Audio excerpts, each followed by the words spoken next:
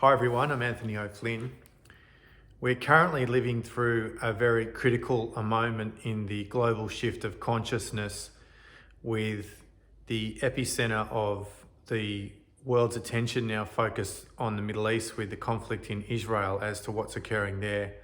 This has a lot of significant considerations to address, not to mention the fact that so much of the religious movements have been concentrated in this area of the world.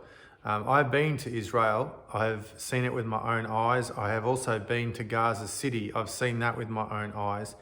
And what's often overlooked is that if you look at somewhere like the old city of Jerusalem, is one of the most amazing places that I've been in the world, in that it is having this melting pot and fusion of different world religions, and it's divided into quarters itself.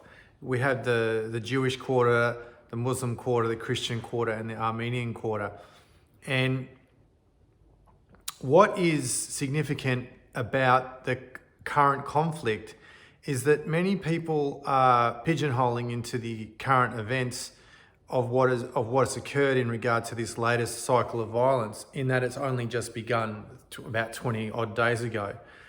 And yet, when we start to understand the historical implications of the formation of Israel, the politics, the motivation, the ideology behind that, you can start to understand why conflict is really encoded in the actual creation of the state of Israel.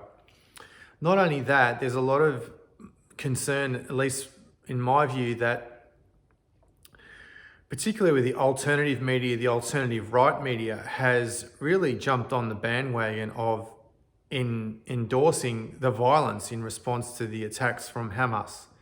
Now, this really limited way of thinking of friend or foe or division in terms of right and wrong, in terms of taking sides, whether you take the sides of the Muslims or the Jews or the Israelis or the Arabs, it actually will never give you a full and genuine understanding of the history of Israel and also of the events, how they're shaped. And once again, you're simply playing into the hands of the globalists who want to divide and conquer and create this chaos, and as a consequence, create order. In essence, order out of chaos. So, firstly, it's important to state that the acts of terror that Hamas have committed are appalling, atrocious, barbaric. You can never justify those acts in any situation or circumstance. But at the same time, it's possible to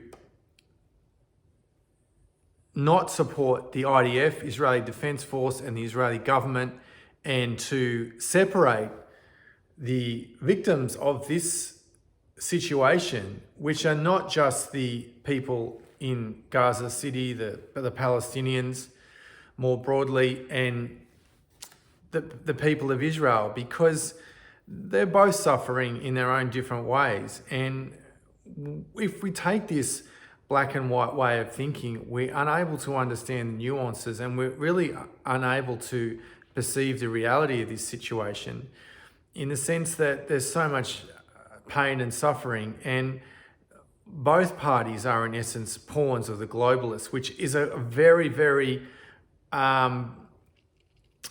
bigger picture, which I won't go into this video, of the creation of some of these terrorist organizations, who's behind it, the ideological agenda behind it, and the construction of the state of Israel in May 1948, which, by the way, is referred to the Palestinians as Nakba, which means catastrophe, because the Palestinians effectively became refugees in their own land. And when I went to Gaza City, and Gaza, by the way, is about 40 kilometers long, 8 kilometers wide. There's about 2.4 million people living there, and there's only 9 million people in the whole state of Israel. 50% of those are children, and 80% of the people in Gaza are living on foreign aid. People It's like a concentration camp, really. Now, if you consider the events of this so-called start of this war, it's very questionable about what has occurred and what is claimed to be occurred by the mainstream media. And this is not what's getting through to the people more broadly, is that Netanyahu's been criticised widely in Israel, widely in his response to the situation, and even prior to that. He is not the populist leader that many people would perceive. And not only that, but Israel received warning from Egypt prior to this attack, and it all really looks like there's a lot of mitigating circumstances contribute to very questionable intelligence and conduct by the IDF in regard to the fact that the border was breached in 15 different places. I mean, there's only two ways out of Gaza City. There's the Erez crossing into Israel and then the Rafah crossing into Egypt. The Erez crossing is the crossing I went into Gaza. It was a long time ago, but you don't just go through that. There's military checkpoints. They're stopping everyone. You need permits. You need the right paperwork. They are checking all the vehicles. To think that there were 15 areas where the border was breached, it's really inconceivable with the kind of intelligence, with the kind of technology that they have. And even former Israeli soldiers are coming out saying that it's just not possible, because that border is monitored 24/7 by people who their only job is to check the border, and even things like birds and rodents and so on are detected. The other claims are questionable about hang gliders going over the border, which it just seems genuinely inconceivable. And some of the footage that I've seen where the terrorists attacked the Israeli dance party, well, that footage that I've seen, at least how it's framed, it's actually people in parachutes. You don't come from a hang glider and then in a parachute. Parachutes come in planes, and there is no airport in Gaza. In fact, the whole bombing of Gaza City, in the sense that you can consider it to be some sort of military strike, that there's military targets, it's a concentration of population that's one of the densest in the whole world. And it is just completely ridiculous to think that there are these military like bases and airports and all these other facilities that are military orientated in Gaza City. And the whole formation and history of Israel has been, the creation of Israel and before that, is something that's been very much misunderstood by people. It has been, there's been a lot of propaganda, and people just simply don't understand that the Palestinian people were made refugees in their own country. And in the beginning, even after it was passed on to the UN, because it was considered to be a British colony before the creation of the State of Israel. But there's some question on that, whether it was still part of the Ottoman Empire. And again, you can make cases in these arguments for or against. But my main point I'm trying to make here is that the people of Israel are as much a victim of this crisis as the people, the Palestinian people, in modern day terms. And this displacement of the Palestinians who lived there for thousands of years with the Jews is really in many ways the source of the crisis. And if you look at a census taken in 1878, there was 386 Muslims living in Palestine. There was 40,000 Christians, and there were only 13,000 Jews. So there wasn't the same tension because people had their home. And if you notice that in many of the protests, and even today, the Palestinians, when they left their homes, they locked the door and took their keys. And apparently many of them today still wear the keys around their neck, hoping to return to their homeland one day. So the the real issue there is that until the people of the Middle East stop buying into this propaganda and this hatred, and yes, there are a lot of hatred, and the cycle of violence just intensifies as this tit for tat type of response, there never will be peace. But at the same time, there'll always be this,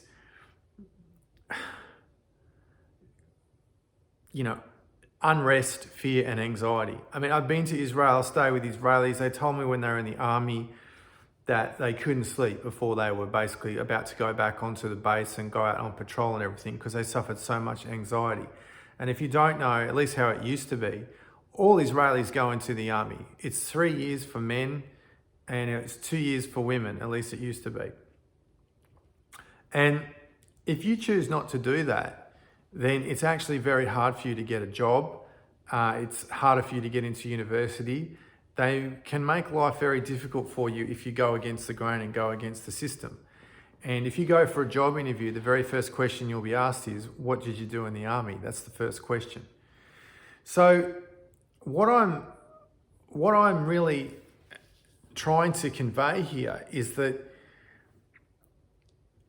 the nuances, the subtleties, the dynamic of taking sides will not support your understanding of the history and everything and the deepest cultural and political and economic reasons for this turmoil of the Middle East. And furthermore, as we've seen, as we're moving through the crisis, which is it is a crisis, but it's the awakening, the planetary awakening, which is the premise of my book, 2020 to 2040, Paradigm Shift, the Global Awakening of Humanity, is that as we go through this, all the secrecy, the information that's being distorted, manipulated, inverted, whether it's the medical mafia, whether it's the political system, whether it's the banking system, whether it's geopolitics, the truth will all come to the surface. And of course, many people are now very much interested in these biblical prophecies and everything regarding the apocalypse. Apocalypse basically means lifting of the veil, or disclosure, or revealed, which is the time that we are moving through, because we're moving from this transition from darkness to light. So it means that now the spotlight is actually being shone on Israel, the history of Israel, the conduct of the Israeli government and the conduct of the IDF, which in my view is separate from the Israeli people. And it's possible to support the Israeli people and support the Palestinian people, because there is no justification for killing children, bombing innocent children, no matter where you're from. And anyone with a belief system that endorses state-sponsored terrorism or forms of militia, or whatever it is, killing of innocent people, that's purely satanic. And the state of the alternative media, the right-wing media, is absolutely appalling. I mean, this crisis has been another layer for people that have eyes to see exactly just how many people are controlled or are gatekeepers or are useful idiots. And some of them have the biggest following with this clickbait, sensationalistic, quest to massage and indoctrinate people in a certain worldview. It's just painted as an alternative worldview. It's not that at all. It's completely part of the program. And what I have seen overall is that there is a very, very superficial understanding of the various events that have taken place in the Middle East. For example, go and research the USS Liberty and see the truth behind that. That's going to be quite an eye-opener for a lot of people. And you can see that there are all kinds of events that really are going to come to the surface to be revealed on this issue that is, well, it's the cradle of Christianity. I mean, I've been to Bethlehem, there's checkpoints, there's guns, it's it's so far away from the message and the teaching of Jesus. It's quite amazing. It's somehow a reflection of this tension between the light and the dark, that in the very cradle of Christianity itself, and yet it's such an incredible place, Israel. I mean, it really is. There's just so many obviously biblical references, and so much richness and depth to the culture, and yet the Israeli people suffer a lot through this process. It doesn't necessarily look like it if you see it on the news, like in terms of destruction of all the buildings and everything, as the same way in Gaza. It's perhaps more internalized. It's perhaps more in their emotional state, their mental state. And it is an area that there is a lot of ongoing inherent tension. It's basically built into the culture. And yet prior to 1947, Jews and Muslims, Arabs lived there for centuries, and going back to Canaanites, whatever argument you can give to that, I appreciate there's lots of different arguments and different views, but the reality is look, there's a much bigger events coming there, which is part of what I was referring to before, that it's looking like this was an inside job.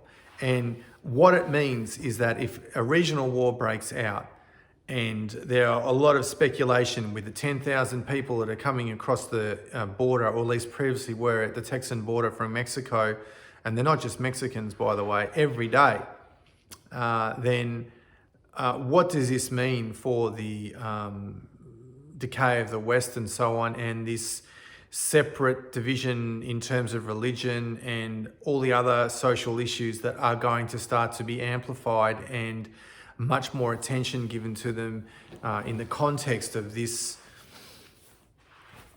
epicenter of conflict which is occurring in Israel. Now, this is much more problematic than what people are seeing. Right from the very beginning, actually, I had a feeling about 2 weeks before this actually occurred that there's something big was coming.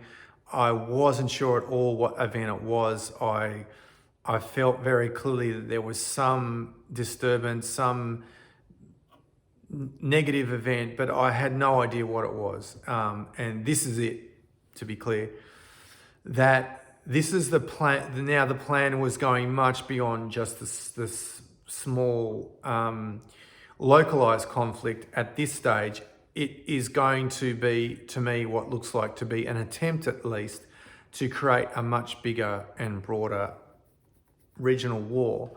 Now, I'm not saying that that will definitely occur, but that looks like what the plan is, and involving Iran. Now, this is very complicated because of the Strait of Hormuz is this choke point. It's about 20% of the world's oil passes through the Strait of Hormuz.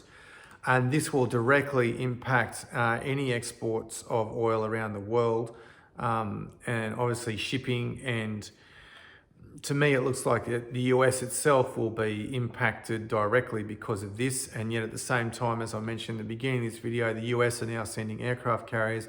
They're bombing military targets in Syria. Why would they do that? Well, when you start to understand what's going on here, you'll start to see that things are not at all how they look. And just because someone's waving a flag or giving a speech, just standing behind a flag, it doesn't mean they're representing their country at all in the way they've been elected to. Case in point, Albanese as the Prime Minister of Australia. So really what will come from this will be a much deeper understanding of the roots of this conflict, why this state of Israel was constructed, why it was felt the need for it was constructed, which of course goes back to some of the shipping routes, the trade routes that affected the British Empire going way back. And of course the Balfour Declaration of 1917, which came from the Secretary of the British government, with the first 3 letters reading, "Dear Lord Rothschild," which is really all you need to know about what the intention was behind that. So it's a very, very difficult situation. Even the US partition plan allotted 56% of the land to Israel in their partition plan. And through the Nakba, Israel ended up with 78% of the land. And it's a very, very complicated story. And again, I'm trying to convey the nuances and the need for the nuances to see that it's possible to obviously be pro-peace, to be against this conflict, against the war, to be pro the people of Israel, but to obviously condemn the actions of the IDF and the Israeli government and the whole roots of this. I mean, Netanyahu's father, for example, was from Poland. And this is what Israelis have told me personally, that when this whole state was created, most of the people that claim to come and then be classified as Israeli came from actually Eastern Europe, Poland and Russia. And